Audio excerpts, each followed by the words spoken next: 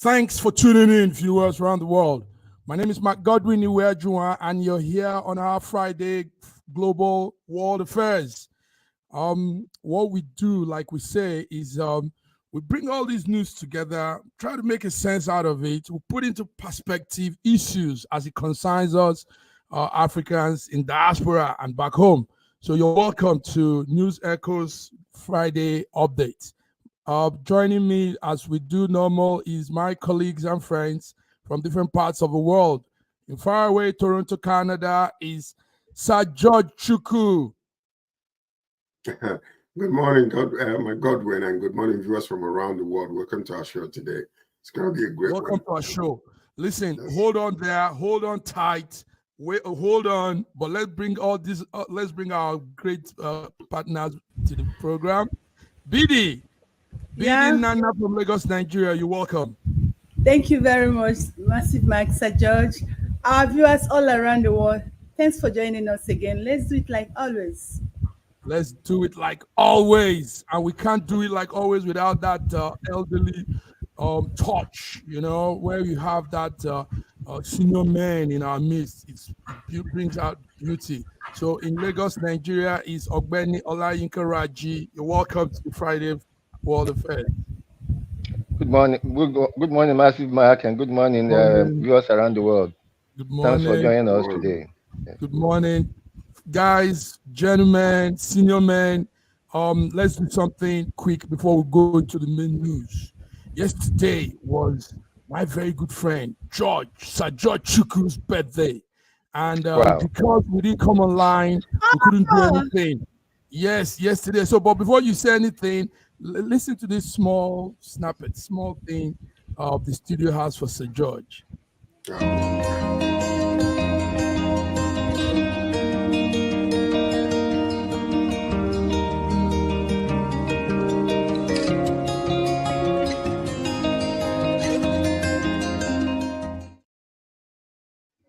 Sir George, the Lord bless us. Happy birthday, Sir George.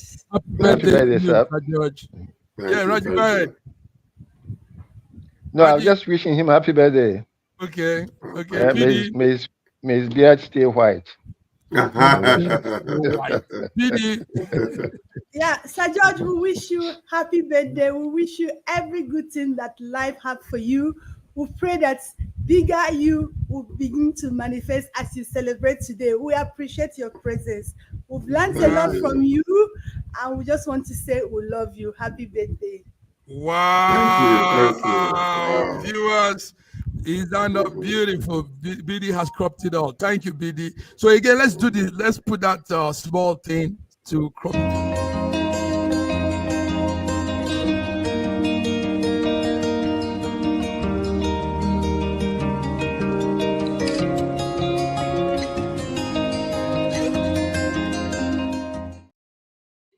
Yes, Sir George, all the best.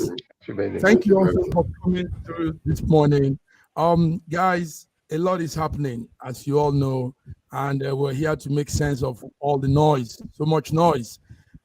Before we go into the news proper, into our update, let's do some recap and follow up to what has happened during the week. Just yesterday, gentlemen, lady, we were watching something. The Minister of Works, Nigeria, now we're back in Africa. The Minister of Works for Nigeria, Minister Dave Omai, says that the Lagos Calabar Coastal Plan, that highway that was planned to be built, will now revert its, they said, gazetted alignment between kilometers 16 and 25. So what that is meaning is there's going to be a new arrangement. So that proposal to route the Lagos Calabar from a point of kilometer 16 to 25 has been reverted. So they will not do that arrangement again. They are now coming to an old arrangement. Why? Because it says there are concerns of MTN to Africa, to telecom companies, cable that passes through those lines. And that also being said, we want to ask, first of all, let me hear from you all. Did you hear the news last night, George? They are not doing that same plan again. What about the all the buildings that they tore down by the beach? What's happening with that? Hot question. Is that the question? Is that the area? That's the area. Hot question. Okay, Raji, so they're gonna revert back to the back instead of doing it through the front. Is that what you're trying to report? Yes, okay. That's what was our question? Do you remember our question at the very beginning? Why the haste? Why the haste? Why would they start from that area? What was their main interest in destroying those infrastructure that belong to a certain people? And then all of a sudden, after they have already torn it all down and never answered the question, why the haste? Now they're going to reroute it again. Don't you see what is going on? Don't you all see what is going on? We see, George. We see with you. No, seriously, this is very demonic. Very demonic. This is what you call an internal systemic anti-Southeast operation, orchestrated by some who what they call Umahi is a fool, if you ask me, for having come out in the very beginning when all questions were asked. Why are we hurrying about this? Why are we trying to tear down this a particular place with all the noise being made? Now, why did they not go? Online Karachi, you were the one who pointed out this old route. We want to hear from Raji now. Raji, you brought that map on this news here, saying why did they revert from here and go in front to destroy those infrastructure? Now they're going back. No, you explain to us what is going on, online Karachi. Yes, then BD will talk. Raji, let's make sense of what's going on. You see, I'm so sad. I'm so sad that even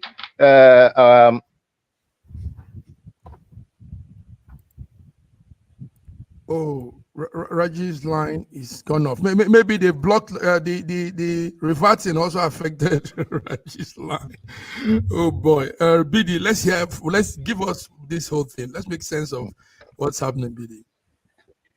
Yeah, David Umar came on air yesterday to announce that they are reverting to the old route of that Calabar Coastal Highway, that they are going to revert from kilometer 16 to 25 of the 47-kilometer highway and revert to the gazetted alignment of normal. You know, if you remember when we talk about this thing, first time we talk about, I said, this coastal rail has been a federal government plan for a very long time.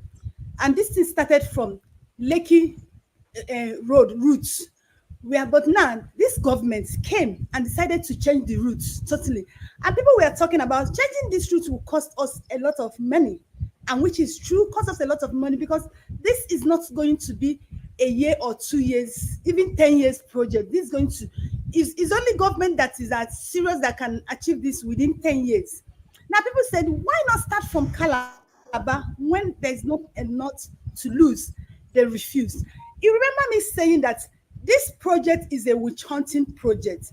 And it's so unfortunately that anytime they want to get to the Igbos, they actually use the Igbos to make it look like it's nothing. Do you understand? David Umaya is actually a tool in the hands of federal government to achieve this they actually wanted to do.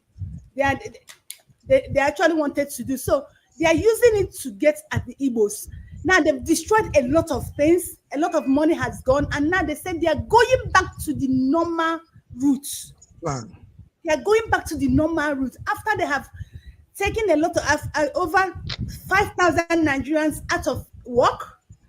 They've displaced more than 2,000 Nigerians. They've destroyed projects and business worth billions. Now they are going back to, because they've achieved their single aim. Their single aim is to destroy landmark business. Igbo man business. No, if somebody don't want to say, someone has to say it. That was their primary achievement, and they've achieved that, so they're going back to the real roots. I won't say Igbo man business, Igbo man target altogether, because a lot of people were also affected, both Yorubas and South. Massive market. Yes. Sorry, let's hear Raji. Yes. Raji, go ahead. Sorry, I do not think it is a matter of witch hunting a particular ethnic group. I do not think so, and I wouldn't want to think so. In fact, I'm afraid to think so. But is it the problem? The problem with most of us Nigerians? Do we actually know the route? Has the government shown us the route exactly? Because we are all talking out of context. No, I'm not talking out of context. I'm talking about also, please let me learn, please. Also, that even the process of beginning that route of that road was shrouded in secrecy. Up to now, not all of us know exactly what route was gazetted, what route they are going to take, and why it should be a coastal road in the first instance. A coastal road means that it's going to go through the coast. How many people live on the coast? How many people will be going on that road? Since it's a coastal road, devoid from Kingdom. Meanwhile, as BD had mentioned, the plan has been long in planning. It is part of the West African East-West road that has started from that has gone through Ghana, Togo, Benin, through Badagry, and is now joined to us. Why has now become a controversy when it came to Nigeria and when it came to? If you look at the amount of buildings that are going to go down the road because of that road, there are already about 2,000 residences built for demolition. What is so important about the road that will destroy the livelihood and the living quarters of people? What is there? What is there? For a country as poor as we are at this moment to want to deploy 15 trillion to a road, it's madness. Ab initio. But okay. I won't want to put it as a witch hunting against a particular ethnic group. Like yes. I said, I'm even afraid to think it. Even though it looks like so, but yes. It's not that. That's not the thing. Because I have heard, no, George, really, I have seen a community of Southwest Lagosians from those part of Lagos that came more than 2,000 of them as a group to vent their anger, to lay claims to some very, very disturbing things they were doing to their community as a result of this road construction. Cool. So it's not just landmark and the Igbo thing. Can I ask a question? Can I ask a question? Yes, please. Okay. Number one, why is it shrouded in secrecy? You asked that question. Why is it shrouded in secrecy? What is the aim of the secrecy of this whole entire entire road? Okay, all the questions and all the allegations that were being made originally when all these things were being hastened to get started for no reason whatsoever. For no reason. Why the haste? Slow down. Can't we just discuss this before you start destroying all this? They came to give their reasons and they concretized that reason as the main reason why we cannot wait. We need to get started. Now, after they destroyed billions of dollars, get a lot of people out of work. This is exactly the same thing that happened when Tinubu came in power. Blabbered his mouth about a fuel subsidy without any thinking about the consequences. How can we maintain this? And then we are still suffering that thing today. All of a sudden, all the old roads were not being, renovated. All the old roads are not being passed. All the old roads are still there. You want to put $15 trillion to bring a project that would destroy a lot of lives and destroy a lot of, the economy of Nigeria. And you become obstinate when questions were being asked. After destroying those businesses, now you revert back. Come on, this is a joke.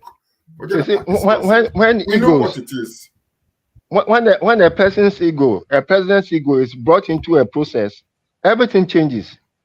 And I'm sorry to say, I'm not even sorry to say, Tinubu has a very brutal ego. He has been made to think that he's an emperor, and anything that you say against him is taken as an affront. He had better humble himself before he's humbled. No, Massive Mike.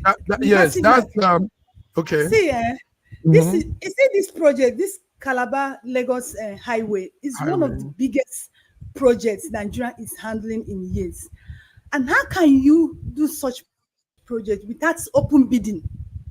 There was no bidding on this project. Yes. Nothing. And why is the rush? It's not like you want to finish that, start it to now, finish it next year.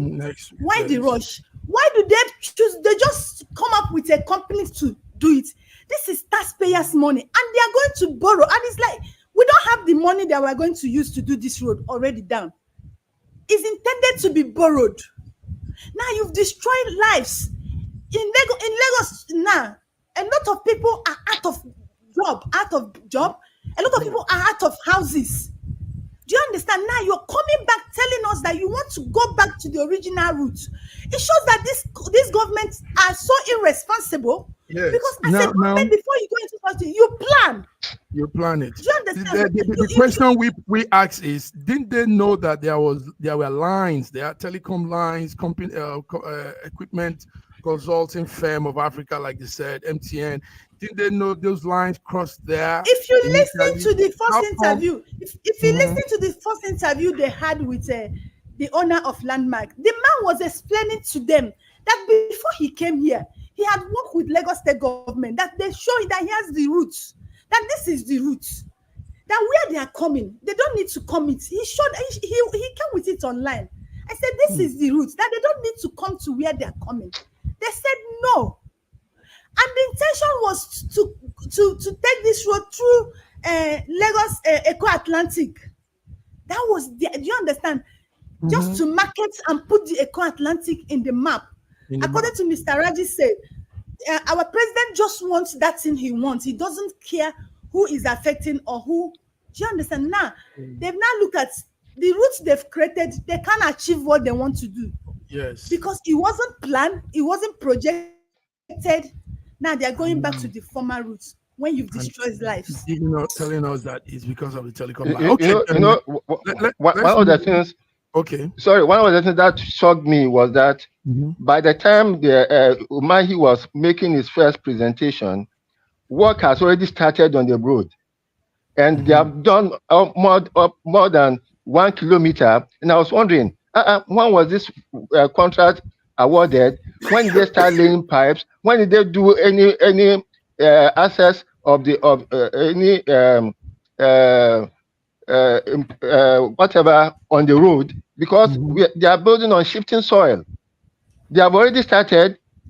It will have taken them at least 6 months to get the soil test of the place before they start laying pipes. But they have already made more than 1 kilometer. It means that the road had been awarded long before it was made public. Okay. So that's viewers, that's the Minister of Works, the Nigerian Minister of Works. He's called Dave Umahi. And in his statement yesterday, he said, we have mega IPP, which is to provide power to Africa cable and West African cable. And the plant power is expected to support the structure. Therefore, the new corridor that passes through that part of the road cannot have the submarine cables without power. So things will not function. So in that mode, we divert back to the original gazettes. Now, these are sweet words, but destruction has been done, wrong decisions, wrong moves, and lives have been affected, like Didi is telling us. Companies have been shut down. Too many things have been scattered, all because of some clueless. It shows how responsible and how shameless this government is. Okay, gentlemen, we won't linger long on that. It's a sad story anyway, and we hope they get it well. But let's move on to what we come for on Fridays. Friday is our world affairs. And one strong news that took us all a surprise yesterday is the UK government announcing that they are set for election in July 4. The July 4th has been put aside as a time the Prime Minister Rishi Sunak said there will be a national election to determine who governs UK. This is coming in the wake of a lot of problems in the UK. UK is going through some real strong situations. Sunak also said that yes, things can only get better if there is an election. So he has seen that things are not really going well, The far left party, the Labour Party, is in favor of winning. The Labour Party leader, Starman, says his party will bring some succor the people. So, gentlemen, I don't know if any of you have news on this. So this is what we're seeing. But listen to what I observed in the yesterday announcement. Listen to this, guys. The Prime Minister was making his address under heavy rain, but he stood there, made his address, wet and everything, but he just had to do it. Now, when I look closely at Englishman's style of governance, I see some really hardline activities. You know, they come to their house seated on hard benches, bench that is real hard to sit on. They sit there, make hard decisions, take the country to. I think it's something Africa needs to emulate. We are too comfortable with our leadership. Our senators, our ministers, our governors, our president, everybody has so much relaxation when they are making policy. So that's why they do things also cluelessly, because you have all the comfort. There's food on the table, there's water to drink, there's everything. You see a pineapple, orange, pawpaw, you know, everywhere. But these guys, the Englishman comes to make policy on hard bench, under the rain, wet, standing out there, but doing what he has to do. Gentlemen, this is my take on this whole thing. Yesterday, I was watching the Prime Minister of UK, Rishi Sunak, give his speech for election in July 4. I don't know if anybody has any more thing to say about that. We can just move on.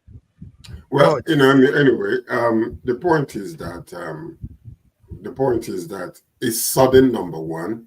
Number two is his government has been very unpopular. And I think also the opposition, they have done a massive, masterful work against him, but it's going to get worse. Okay, it's supposed to be going down. There is no hope that things will go up. Oh. But recently, there has been about 2 to 3% increase. That took place when it came to their economy. There was the increase in lower unemployment and all those little things that were happening. So now, if he does not call that election right now, things they're anticipating that things will get worse, and the guarantee that he will ever win is getting slimmer. So the best thing for him to do is to do this what he did. And you know something, for him to stand there under that rain, with every UK person knowing exactly the worth of this man, is one of the second richest men in England. With that, believe me, this picture speaks 1,000 words. I'm telling you, this particular picture here, because it shows a man that is resilient, a man that doesn't care about his background, a man that doesn't care about his health. I am here to govern, and I'm here as your servant. Come rain, sunshine, or winter, I'm here to do my business. That's what that talks about there. That's what talks about. BD, if it were a Nigerian lead politician, you will have 3 people holding umbrella, some people putting, all they will even shift the program inside. It won't be outside. But normally, the UK Prime Minister gives announcements outside. They don't do it inside. Okay, exactly. Thank you, George. Exactly. George. Hello. Yes. Exactly. You have said it all. Even if is a Nigerian leader, they will shift this event. It won't hold. Why would he stand on the rain to address you? For what now? His health, his well-being is better than the 2,000 lives of Nigerians. Do you understand? And now, you see why this man is doing that? Because the people he's governing are holding him accountable. You see, I'm beginning to blame Nigerians, because they say people get the kind of government they deserve, because we have failed in holding our leaders accountable. We don't even speak up. We don't even challenge them. We have become so complacent. Anything goes for us. So our leaders have no choice than to treat us anyhow.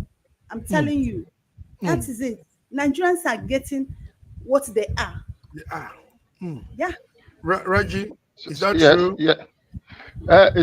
First of all, perhaps we should realize that the Prime Minister was not elected. He became head of government because his party had a majority. So he now has to test his own popularity by an election. So let us remember that. Okay, that's why he has to go. Yes, that's why he has to go to. Yeah, but I agree with Sir George and Lady Bidi about you get the government that you deserve.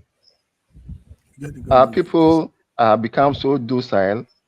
Some people say we are so resilient, but I think we have become so docile that we take any nonsense from the government.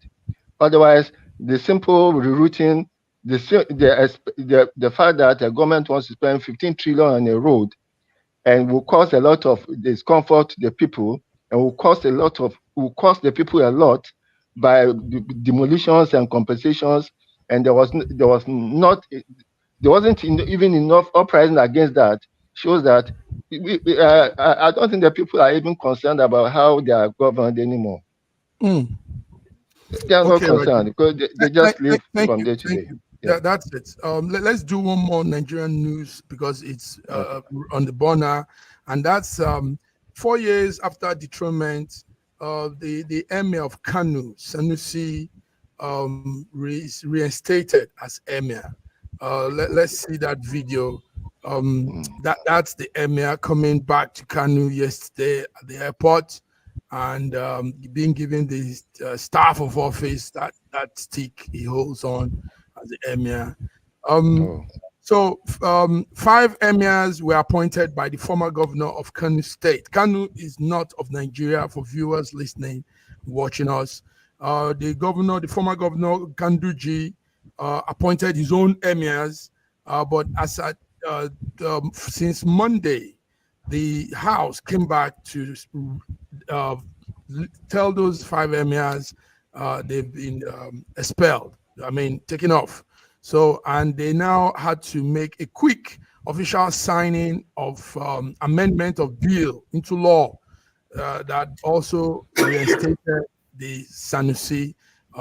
They call him His Royal Highness Emir Sanusi Lamido. So Sanusi Lamido is back, and he now sits as the Emir of Kano, Nigeria. Not yet. So, guys, not just yet, because this morning I read that there was a court injunction stopping him from being reinstated. Now, the whole thing is all about dirty politics that we play in this country. And it's about the politics of the Emirate of Kano. No, the Kano Emirate is so large, and inside this is Rano, Bichi, and all the other 4 emirates that were created. Yes. So it's all politics. But I've always been against traditional rulers being under the thumbprint of politicians, because the moment you bring them into a traditional thing, you muddy the whole place. Yes, but still, I was surprised actually when during the week, earlier in the week, the current Emir of Kano, Ado Bayero, was supposed to be on an official visit to Djibouti. When I saw that news, I knew that there were some movements that were being done about the state of Kano.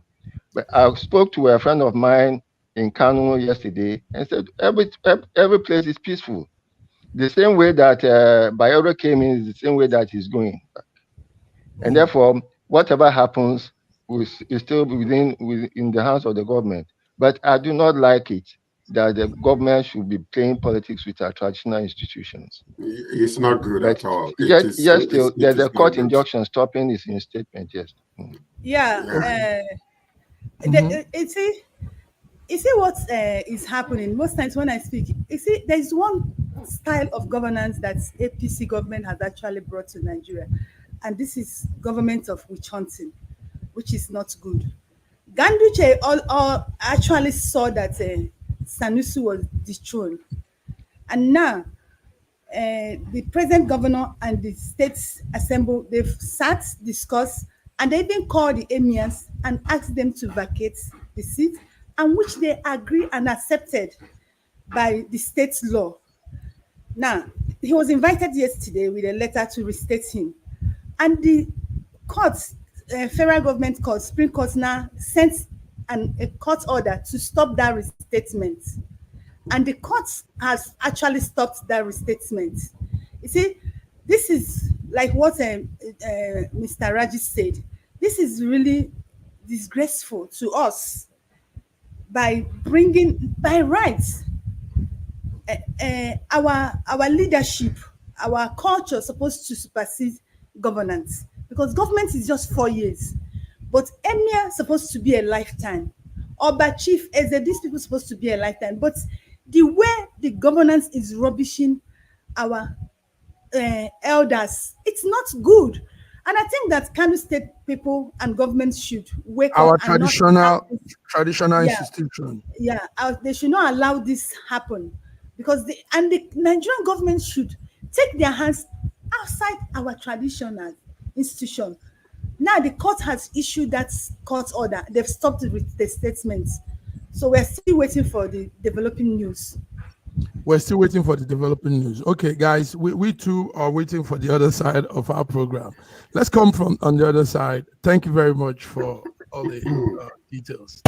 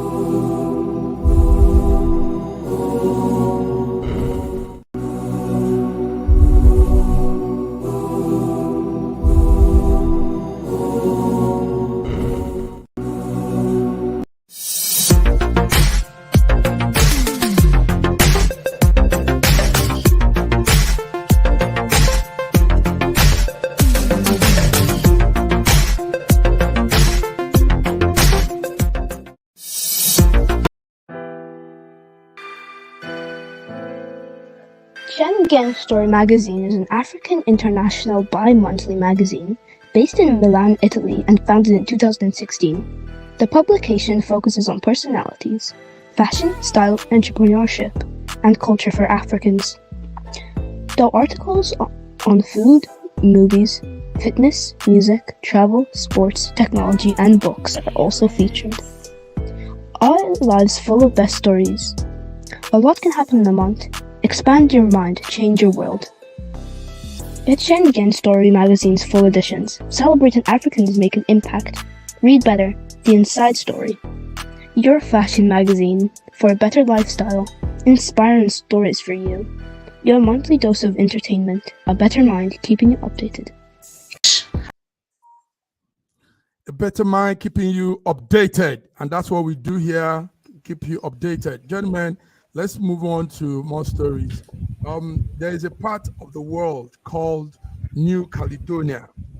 New Caledonia is, let's bring a map of that so we get our viewers to know what's going on in all parts of the world. So New Caledonia, that's a map of Australia. On the far right of that map is the New Caledonia. New Caledonia is a French territory. It comprises of dozens of islands in that South Pacific area. The New Caledonia is also known for its palm-lined beaches, beautiful beaches, marine life, rich lagoon, and so much natural vegetation around it.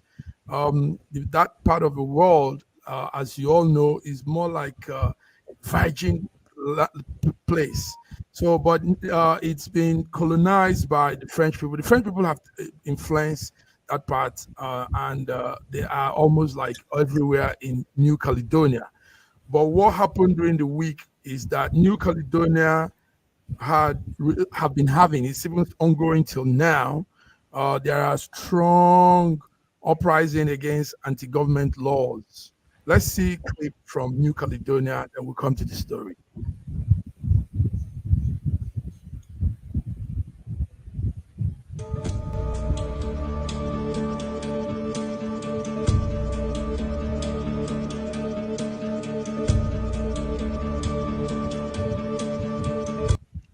So from what you all can see, viewers, there has been riots in New Caledonia, deadly riots that broke out throughout the territory.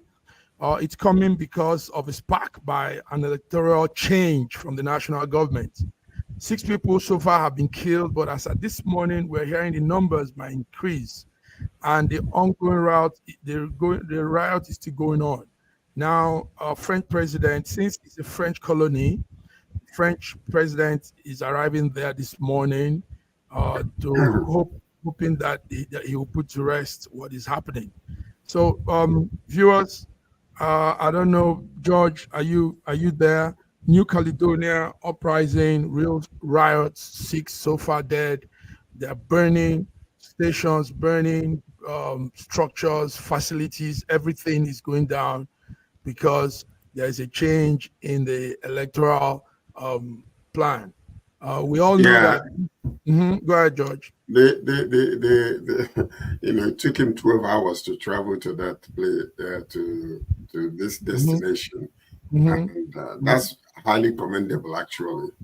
I don't think any African president would do that. But anyway, what you're seeing is anti-French colonial system, crumbling from Africa and now extending to other parts of the world. Okay. And it is so sad that,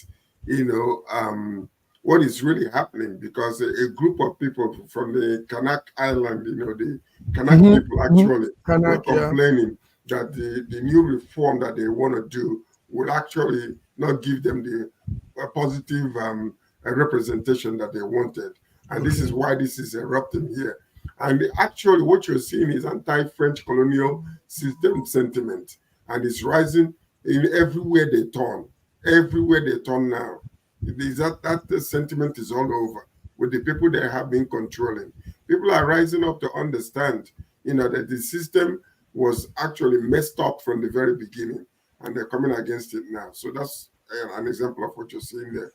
So if you cut off these people plus others that are already cut off from Africa, France is looking really bad. They're looking bad. We all know that China, United States, France, Europe, all these countries they're always eyeing across the world, looking for where to mount their, their power.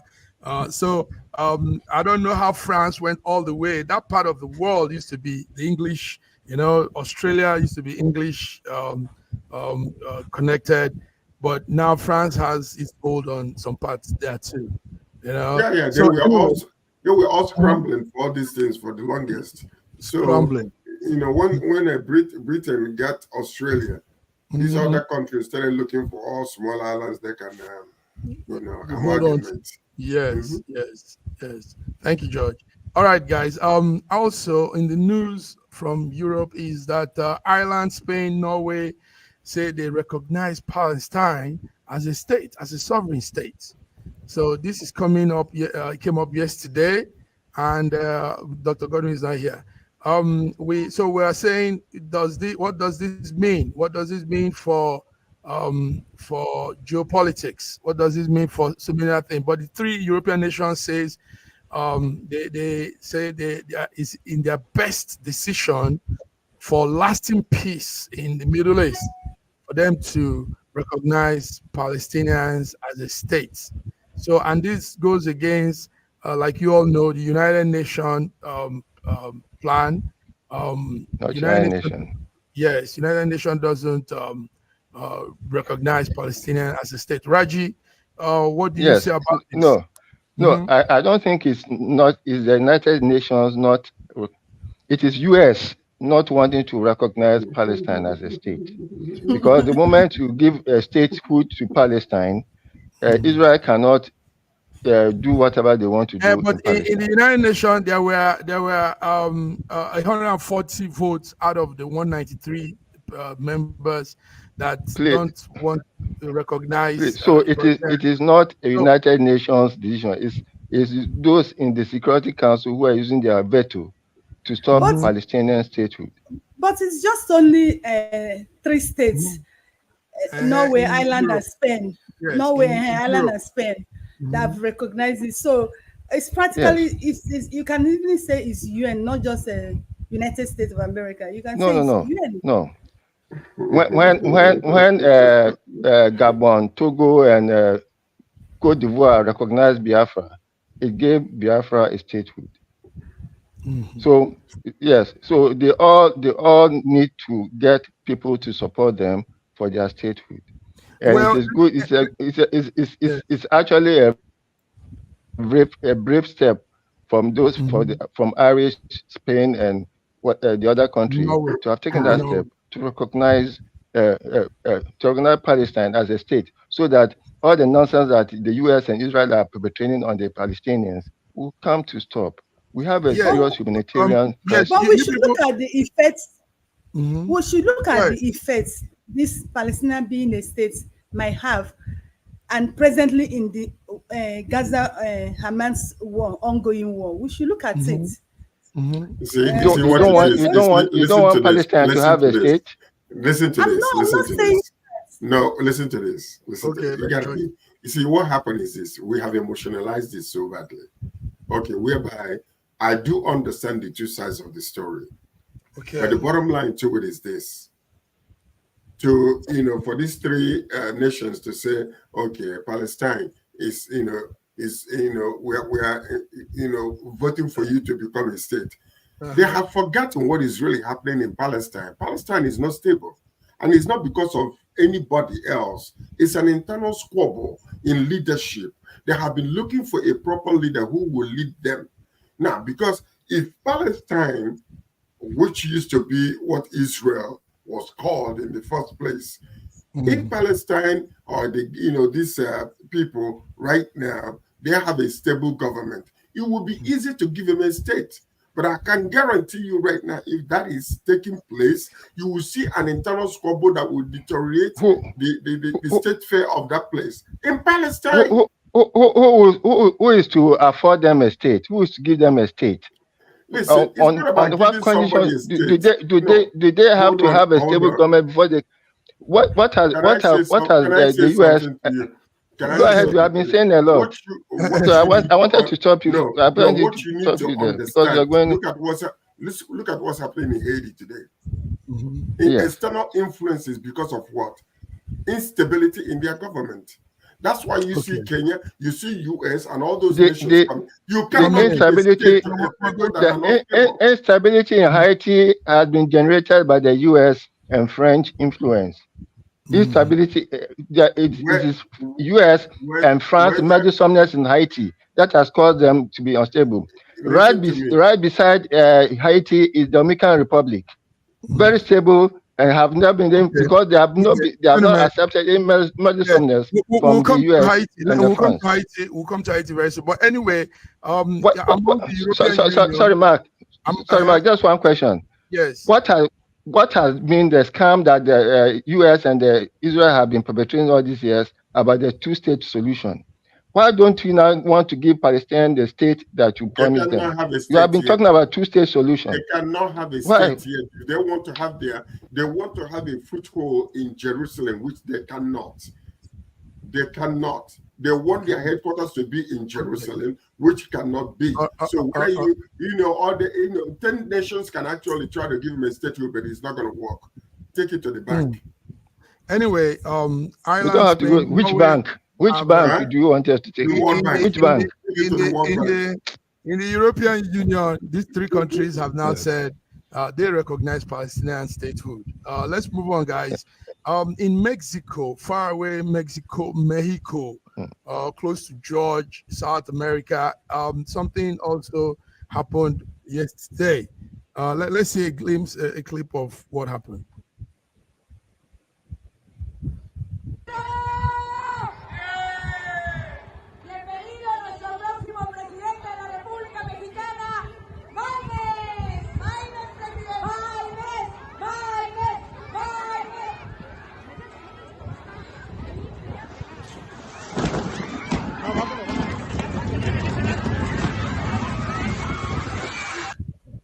Okay, what you're seeing there, viewers, what you're seeing there, gentlemen, is a stage collapse as election campaign rally was going on 9 people died, but numbers are increasing this morning. So far, 125 people also injured. The wind came very hard, and that stage collapsed. It was a political election that was going on, Raleigh, and that happened at the northern part of Mexico. Tragedy, big tragedy. 9 people plus a child, and many people, 121, like I said, injured. Let's talk about precautions at rallies and political rallies. Most times we see this thing play out. It happens in Nigeria, it happens in Africa. Rally will be going on, stage will fall off, people will fall, people will break their wound, them hurt themselves.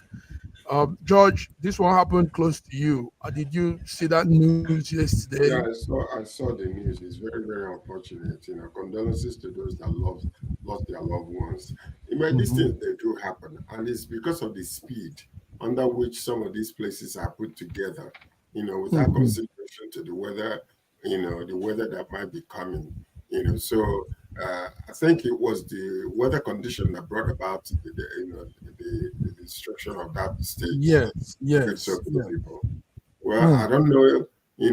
This is Mexico. I'm not going to say what it was a sabotage. I'm not sure. I think it might have been the act of nature, because when things like this happen, they call it the act of God. No, this is the act of nature.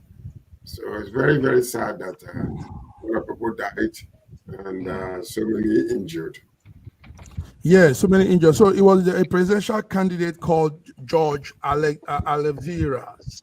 George Oliveira's party is called Citizens Movement Party, and he was caught up in this situation. While we're talking about Mexico, let's welcome our man, Dr. Godwin Ibe, Moscow, Russia. Dr. Godwin, you're welcome. Thank you so much for having me. Few minutes at a time, but it's better late than never, like they say. So, guys, that's the sad one from Mexico. Let's now go to other stories making round. We have something interesting again from that part of the world, South America. We just talked of Haiti. Kenyan official just arrived Haiti. It's ahead of a planned security mission, they called it. And what the Kenyan president Ruto said is Kenyan deployment will break the back of Haiti gangs. He was giving these words like he's very sure what he was saying, meeting with American President Biden right there at the White House. This was his assurance to Biden that they are going in and they will break the back of all Haiti gang. Now, gentlemen, what can small Kenya do to Haiti? And how come there's this relationship? I think it's some kind of a diplomatic relationship or something between Haiti and Kenya. So, Godwin, let's hear from you. Let's start with you. Kenya is in Haiti, and we know what is happening in Haiti. Now, the president, Ruto, was speaking on the State House visit to Biden yesterday, and he gave this assurance that they are going in and they are going to stop all the gang fights. Criminals, he said, will not have any more status. It's going to be real blow for blow. The president of Kenya was assuring Biden. And what we also had is Biden administration has been looking for a country that will take the lead, so that they won't say like Raji just said, they won't say it is always American forces in everybody's country, So now they are using Kenya to go into Haiti and see if there could be an intervention in the country. So Godwin, tell us what do you know about this? I would like to say this is one of the unwisest things. Let me not use the word foolish, but the most unwisest thing I've heard coming from Africa in a long time, very, very long time. So for whatever reason or whatever he's taking in or consuming that other people like me are not consuming, that makes him swell to the point where he thinks that Haiti, that is a neighbor of America that has $700 billion annual military budget, are not able to resolve. But him that has the infrastructure problems, security problems, and lots of problems will go to American backyard and break the bone of what $700 billion annually isn't interested in solving or isn't able to solve either one of the two. It's actual foolishness, and I think it's not like he's plucking money or he has the benefit of seniorage like the Americans to print dollars the way he wants. This is coming at the expense of Kenya taxpayers, people who are struggling to meet their bills, people who are struggling. There's still a large gap between the rich and the poor. And a lot of people in Africa are still living on less than $1 a day. I mean, families, not individual families, living less than $1 a day. And then you take hard-earned tax you get from these struggling people, and you travel all along around the Atlantic Ocean, across the Atlantic Ocean to another continent to go and break the back of gangs. I think it's stupid. Actually, there's nothing else I can say. It's unfortunate and very stupid. It's unfortunate. Yes, may I come in? Come in. Yeah. Okay. I don't think that silly expedition has been funded by Kenyan taxpayers. I think the whole thing is bankrolled by the U.S. government. The lives of the Kenyans, right? Yeah, just the lives of the Kenyans. Expendable lives of the Kenyans. Youths. And I don't even understand the confidence that the Kenyan president has in going to an unknown terrain to go and break the backbone of people who have been immersed in that situation and who know the terrain much more than he can even imagine. Now, very good, Raji and Godwin. The question we ask is: has Kenya ever intervened in any of such conflict before, and intervened and succeeded? So, I mean, why is he, like Godwin's put right, using taxpayers' money, even if he's been bankrolled? There's some measure of there will be some amount that will come also from the Kenyan government, because he stood up to do this. But it was Kenyan government started this movement before the Americans said that they would support him. He actually started The suggestion was from the Americans. The suggestion was from the Americans, and they proposed it to him. And he remember that actually there is this diplomatic, very close one between the two countries. Remember, our man, the Haitian president traveled to Kenya. He went there to ask for help because of what was going on by barbecue. So when he went there to ask for help, that was when they decided about this 1,000 foot soldiers or police officers who is going back in there. You see, one of the major problems that is in Haiti is that their military were dissolved. So it doesn't matter really what kind of ammunitions they are supposed to be having. Their military was dissolved, and there was no really, what you saw there was only police officers that were manning the whole entire place for a long time. And now, so when he went there to ask for help was simply because the people from Haiti are resenting the influence of France and America in their country. Most of their leaders, they believed, were not elected leaders. They were appointed leaders by these nations. They were influenced to put them there because they felt that they were, friendly to them to get the resources in the nation. So that has been the problem that they were having. So right now, I know for sure in my heart, that's my own opinion, that the influence of what is happening there and this state visit is simply because of Haiti. And it's because of American interest in Haiti. So whether it's America refused to appoint any military soldiers to go there because they don't want to show their face as being the ones that are in front. But behind, they are fueling everything. That's what I believe.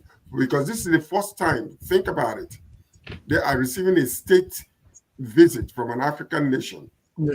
And whatever that was promised to this man made him to spend $1.5 million of the nation in a Kenyan people's tax-paying money to travel to the US, renting Airbus and all those type of things. So it must be something that was promised him, and what gave him the impetus to come out and say we will crush, the rebellion in that place is simply because of the promises that were made behind. That's all it is.